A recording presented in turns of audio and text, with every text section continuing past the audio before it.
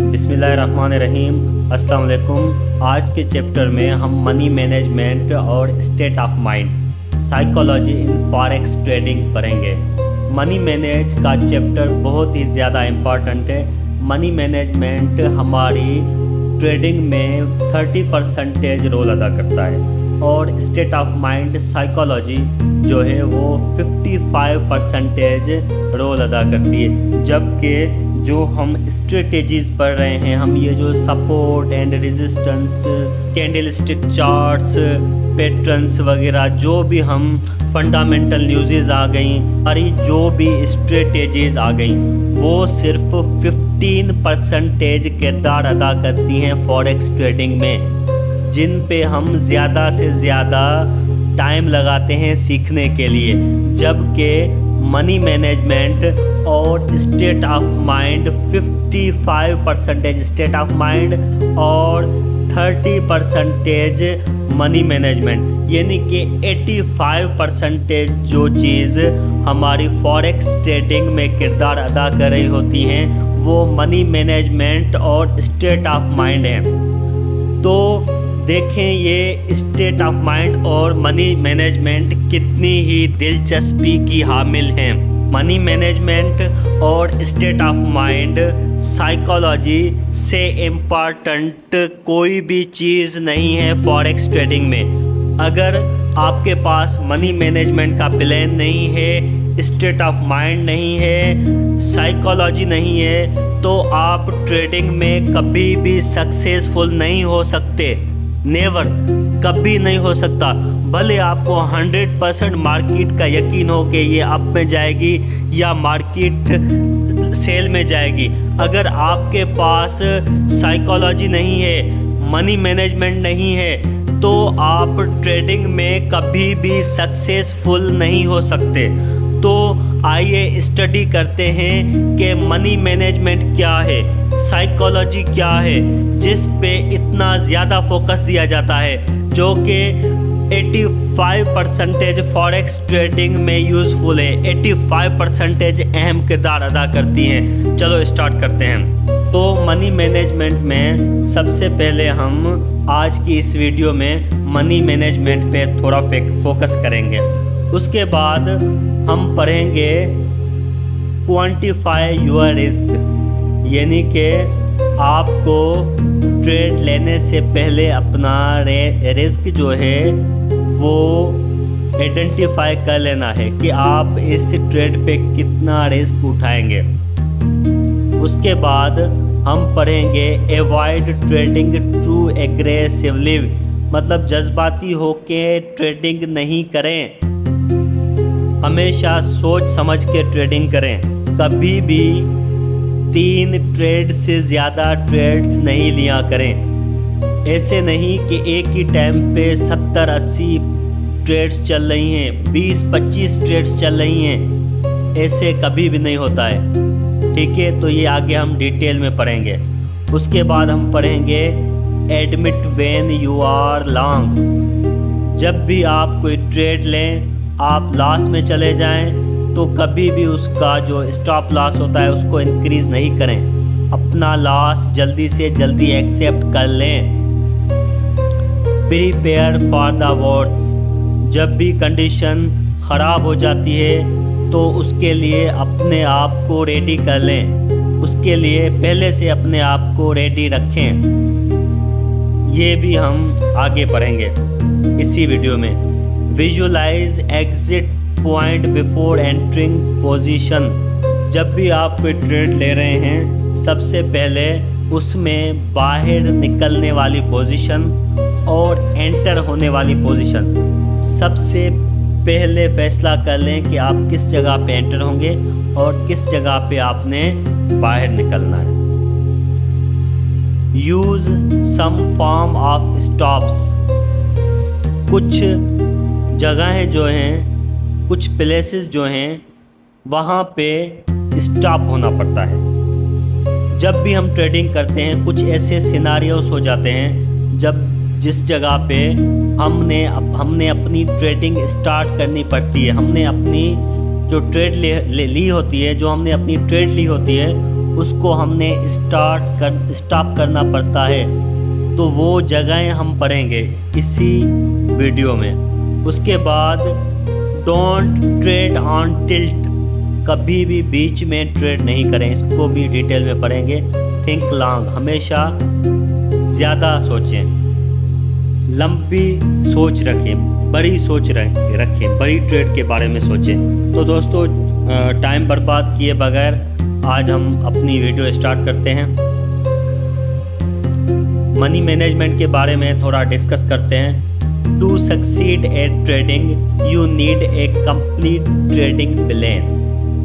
जब भी आप अगर ट्रेडिंग में कामयाब होना चाहते हैं तो सबसे पहले आपको एक प्लान लेना पड़ेगा, कंप्लीट प्लान करना पड़ेगा। पहले प्लानिंग बनानी पड़ेगी।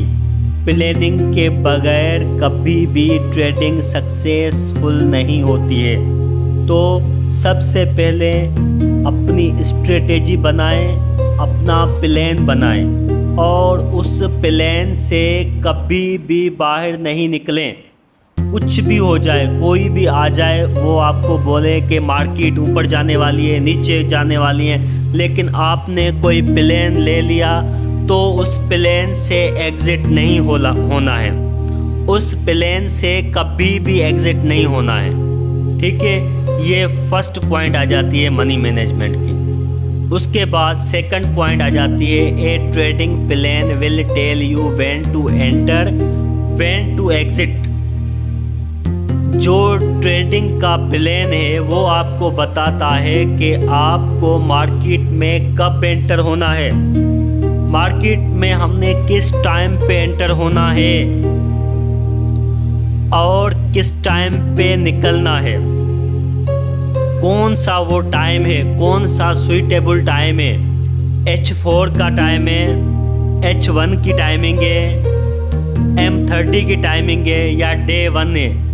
किस टाइम पे आप ट्रेडिंग करना चाह रहे हैं, प्लान में ये चीज़ें आपको बताई जाती हैं। ये चीज़ें आपने खुद सेटल करनी है, ये प्लान आपने खुद बनाना है कि कौन से टाइम पे आपको ट्रेडिंग करनी है। आपको 1 घंटे के चार्ट पे ट्रेडिंग करनी है या आपको H4 पे ट्रेडिंग करनी है, ये आपको कौन बताएगा? ये प्लान बताएगा। जो आप मनी मैनेजमेंट का प्लान बनाएंगे उसमें आपको पता चल जाएगा। उसके बाद आ जाता है which currency pair to trade, कौन से करेंसी पेयर पे आपने ट्रेडिंग करनी है। आपने यूरो USD पे ट्रेडिंग करनी है, आपने GBP USD पे ट्रेडिंग करनी है, आपने गोल्ड पे ट्रेडिंग करनी है, आपने कौन से पेयर पे ट्रेडिंग करनी है, ये आपको मनी मैनेजमेंट बताता है। उसके बाद हमारे पास आ जाता है how to manage your money, आपने अपने पैसे को कैसे मैनेज करना है, आपने अपने डिपॉजिट का कितना परसेंटेज ट्रेड पे लगाना है। ये सब कुछ प्लानिंग पे आ जाता है, प्लानिंग में आ जाता है। कितना पैसा आप ट्रेड करना चाह रहे हैं, ट्रेडिंग में लगाना चाह रहे हैं। आपके पास अगर $500 हैं तो उसमें से आप कितना पैसा आज लगाना चाह रहे हैं। ठीक है, तो ये सब कुछ मनी मैनेजमेंट में आ जाता है।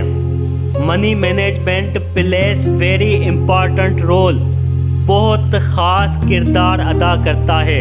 85% हमारा मनी मैनेजमेंट का रोल है। Money management plays very important role. Quantify your risk capital, आपने कितना नुकसान उठाना है, आप कितना नुकसान उठा सकते हैं, ये आपने मैनेज करना है। ये चीज़ मनी मैनेजमेंट में आ जाती है। Many important aspects of money management proceed from this key value। ये बहुत ही ज़्यादा इम्पोर्टेंट टॉपिक है। क्वांटिफाई योर रिस्क कैपिटल, आप इसमें कितना रिस्क उठाना चाह रहे हैं। अगर आपने एक ट्रेड उठाई, अगर आपने एक ट्रेड ली, उसमें आपने $5 का रिस्क उठा लिया है, उसमें आपने डिसीजन उठा लिए कि आप इसमें रिस्क जो है वो $5 का उठाएंगे, तो आपको प्रॉफिट जो है वो $15 का उठाना चाहिए। तो आपने ये डिसीजन ले लेनी है कि $15 का मैंने प्रॉफिट लेना है। तो उसके बाद आपको एनी हाउ कुछ भी हो जाए, या तो आप $5 लॉस में जाएंगे या तो आपने $15 का प्रॉफिट उठाना है। इसको कहते हैं क्वांटिफाई योर रिस्क। उससे पहले ट्रेड क्लोज कभी भी नहीं करनी। अगर आप $2 के लॉस में आ जाते हैं और आप ट्रेड क्लोज कर देते हैं ये सोच के कि चलो यार ये तो लॉस में जा रही है, तो ऐसा ट्रेडिंग में नहीं होता है। जो आपने पहले रूल बनाया है, जो आपने एक मनी मैनेजमेंट का रूल बनाना है, उसको आपने फॉलो करना है। एनी हाउ कुछ भी हो जाए आपने उसको फॉलो करना है। That is the power of money management, that is called money management. इस जगह पे आपने ये डिसाइड कर लेना है कि आप जिस जगह पे मार्केट में एंटर हो रहे हैं, मिसाल के तौर पे यहाँ पे ये मार्केट चल रही है, ठीक है। अभी यहाँ पे जैसे ये मार्केट आती है तो आपने यहाँ पे स्टॉप लॉस लगाया, ठीक है। यहाँ पे आपने ऐसे लगा दिया और यहाँ पे आप एंटर हो गए मार्केट में। आप मार्केट में यहाँ पे एंटर हो गए और आपने यहाँ पे टीपी लगा दिया, टेक प्रॉफिट लगा दिया। अभी आपने यहाँ पे स्टॉप लॉस छोटा लगाया है और टेक प्रॉफिट बड़ा लगाया है। $5 लॉस की ट्रेड है और $15 प्रॉफिट की ट्रेड है। तो मार्केट जैसे ही अप जाती है तो ये यहाँ पे छलांगे मारेगी, यहाँ पे कूदेगी, लेकिन हमने यहाँ पे थोड़े से प्रॉफिट में अपनी ट्रेड क्लोज नहीं करनी है जब तक हमारा टीपी हिट नहीं हो जाए। जब तक हमारा टीपी हिट नहीं होता है हमने अपनी ट्रेड क्लोज नहीं करनी है। कभी कभी ऐसे भी होता है कि मार्केट यहाँ से उठती है, यहाँ पे आती है, यहाँ पे छलांगे लगाती है, नीचे आ जाती है, लेकिन स्टॉप लॉस पे नहीं जाती है, फिर यहाँ से ऊपर चली जाती है। लेकिन कभी भी बीच में ट्रेड को क्लोज नहीं करना है, ठीक है। तो अपना जो है वो लॉस पहले से ही वेरीफाई कर लेना है, पहले से ही डिसीजन ले लेना है कि हमने कितना लॉस लेना है। फिर कभी भी हमने ट्रेड क्लोज नहीं करनी है, या तो टीपी या तो एसएल, ठीक है। अवॉइड ट्रेडिंग टू एग्रेसिवली, जारहाना तौर पे ट्रेडिंग नहीं करनी चाहिए। बहुत ज़्यादा जारहाना तौर पर तिजारत करना शायद नए ताजरों की सबसे बड़ी गलती है। अगर नुकसानात की छोटी सी तरतीब ज़्यादातर रिस्क की कैपिटल को ख़त्म करने के लिए काफ़ी होगी, तो ये बताता है कि हर तिजारत में बहुत ज़्यादा ख़तरा है। ख़तरे की सही सतह का मकसद हासिल करने का एक तरीका ये है कि पोजीशन के साइज़ को एडजस्ट किया जाए ताकि इस जोड़े के उतार चढ़ावों को जाहिर किया जा सके जो आप ट्रेडर कर रहे हैं। तो हम किसी भी पेयर पे ट्रेड करने के लिए लाट को एडजस्ट करते हैं, लाट को कम करते हैं या ज़्यादा करते हैं, तो हमें इतनी लाट उठानी चाहिए, हमने उस लाट की ट्रेड करनी चाहिए जितना हमारे पास कैपिटल हो। हमें अपने कैपिटल के हिसाब से ट्रेड लेनी चाहिए, कैपिटल के हिसाब से लाट साइज़ को एडजस्ट करना चाहिए। अगर हमारे पास $100 हैं तो हमें 0.01 की ट्रेड से ज़्यादा बड़ी ट्रेड नहीं लेनी चाहिए। अगर हमारे पास $500 हैं, अगर हमारे पास $1000 हैं तो हम 0.02 या 0.03 या 0.05 तक की ट्रेड ले सकते हैं। ठीक है, ऐसे नहीं कि हमारे पास $500 हैं और हम 2 की ट्रेड ले रहे हैं, स्टैंडर्ड साइज़ की ट्रेड ले रहे हैं, तो ऐसा ट्रेडिंग में नहीं होता है। तो हमें बहुत ज़्यादा एग्रेसिव नहीं होना चाहिए। उसके बाद हमारे पास आ जाता है admit when you are wrong. जब भी आप किसी ट्रेड में गलत हो जाते हैं, आप अपना SL रखते हैं, ठीक है, आप अपना स्टॉप लॉस रखते हैं, तो उसके बाद आप नुकसान में चले जाते हैं, तो आपको अपना स्टॉप लॉस कभी भी नीचे नहीं करना चाहिए। हमने एक डिसीजन ले ली पहले कि हमने $5 का लॉस लेना है।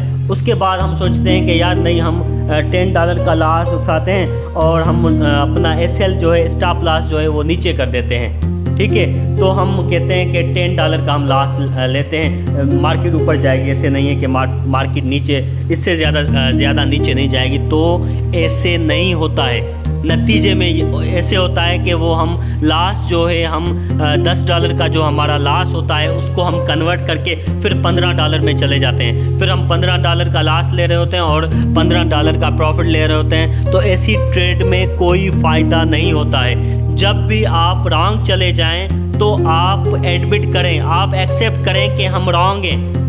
ठीक है, तो कभी भी ऐसे नहीं सोचना है कि अभी हम ट्रेड्स को बढ़ा लेते हैं, अपना SL बढ़ाते हैं, हम हो सकता है राइट में चले जाएं। तो ऐसा कभी भी नहीं होता है। The golden rule of trading is to run profit and cut your losses.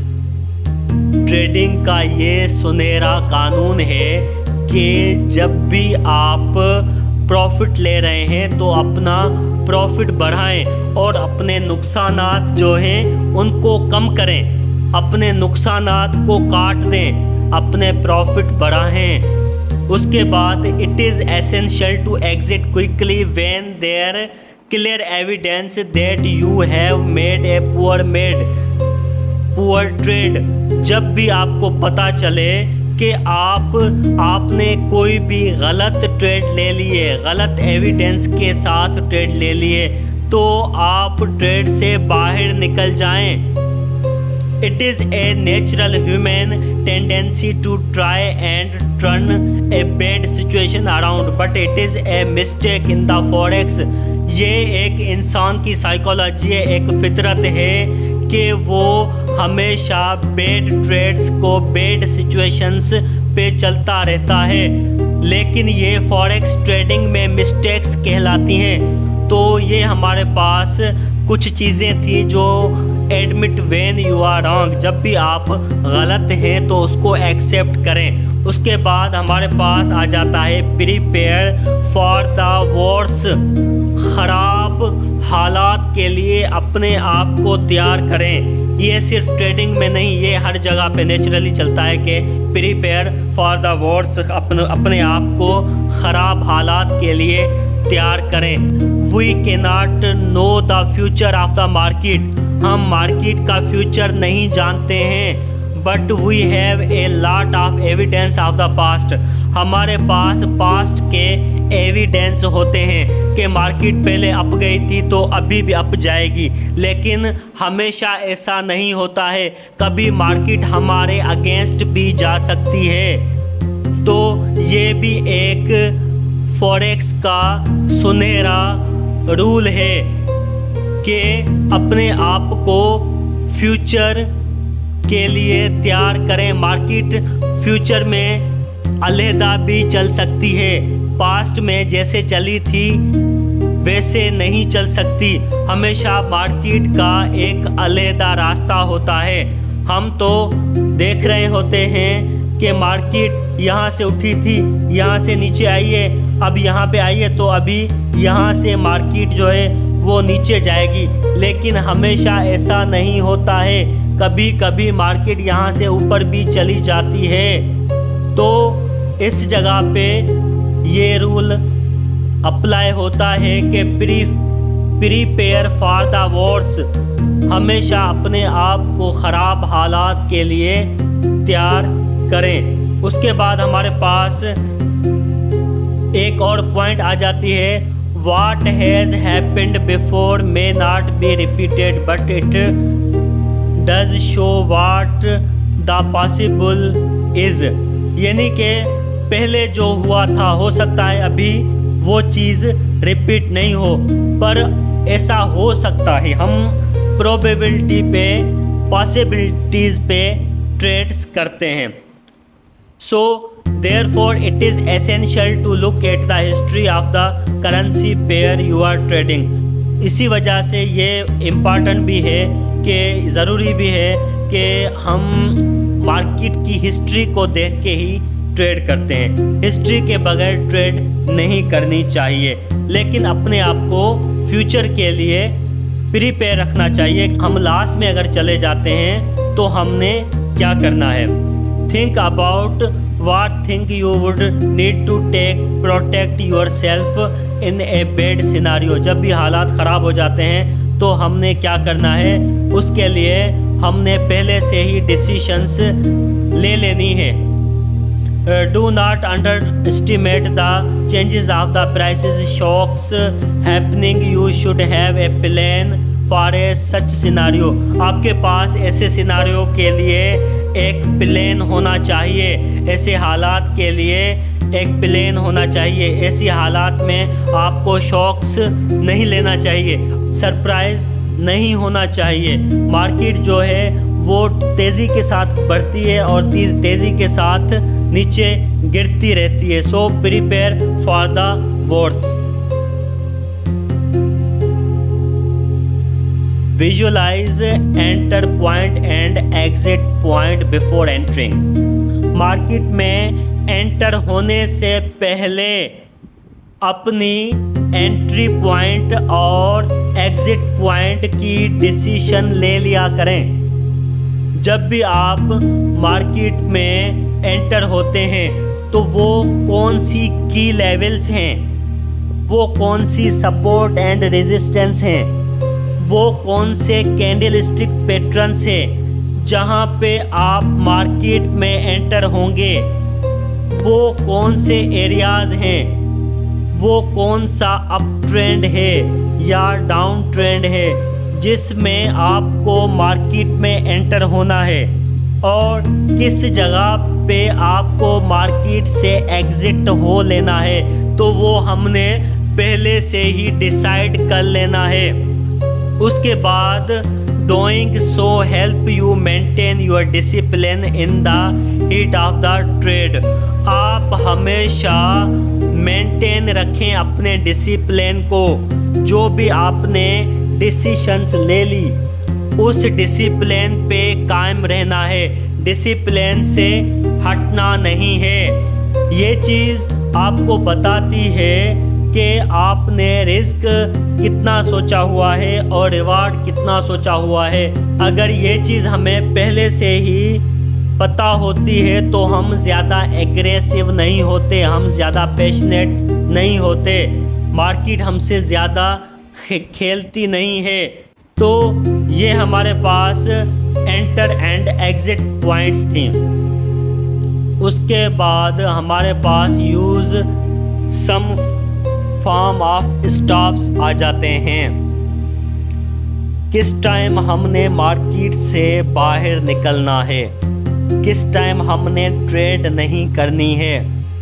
जब भी मार्केट ज़्यादा फास्ट चल रही होती है, न्यूज़ आने वाली होती हैं, तो मार्केट एक जगह पे नहीं रुकती है, एक प्राइसेस पे नहीं रुकती है, ना सपोर्ट बना रही होती है, ना रेजिस्टेंस बना रही होती है, ना ही कोई कैंडलस्टिक पैटर्न बना रही होती है।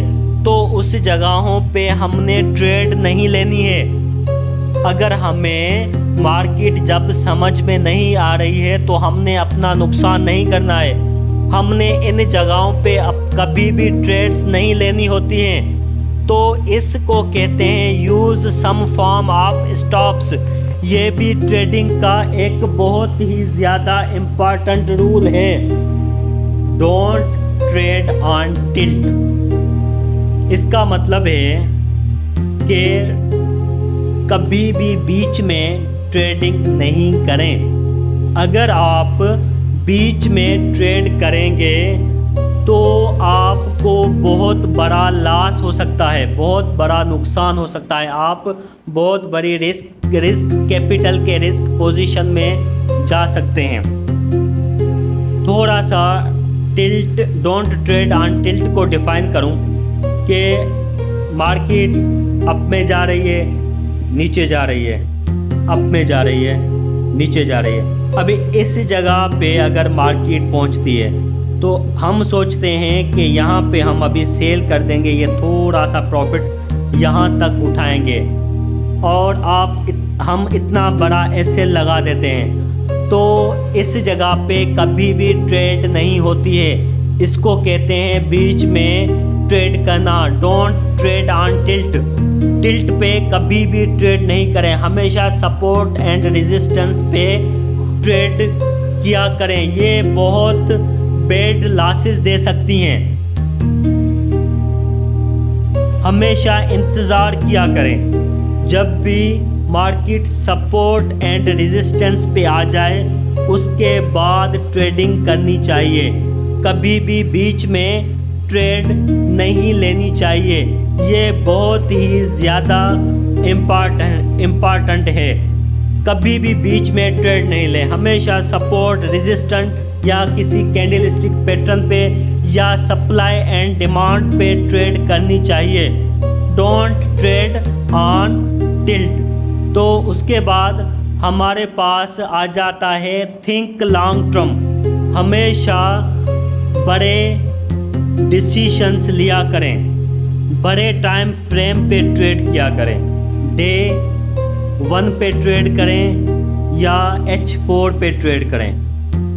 बड़े टाइम फ्रेम पे ट्रेड करने में रिस्क कम है, इसमें प्रॉफिट ज़्यादा है, रिस्क कम होता है, क्योंकि बड़े टाइम फ्रेम जो हैं उन पे सपोर्ट एंड रेजिस्टेंस जो होती हैं वो अच्छी बनती हैं। कैंडलस्टिक पैटर्न्स बहुत अच्छे बनते हैं और वैल्यूएबल बनते हैं। तो हमेशा D1 या H4 पे ट्रेडिंग किया करें। छोटे टाइम फ्रेम पे ट्रेडिंग करना बहुत ज़्यादा रिस्की होता है। हमेशा जो भी एडवांस प्रो ट्रेडर्स होते हैं वो M15 पे या H1 पे ट्रेड करते हैं।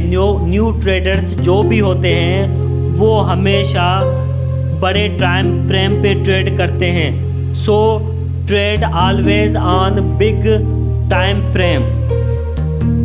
सो ये हमारे पास ट्रेडिंग के कुछ रूल्स थे, कुछ मनी मैनेजमेंट की कुछ इम्पॉर्टेंट पॉइंट्स थे, साइकोलॉजी के कुछ इम्पॉर्टेंट पॉइंट्स है। So thank you so much. अल्लाह हाफिज़।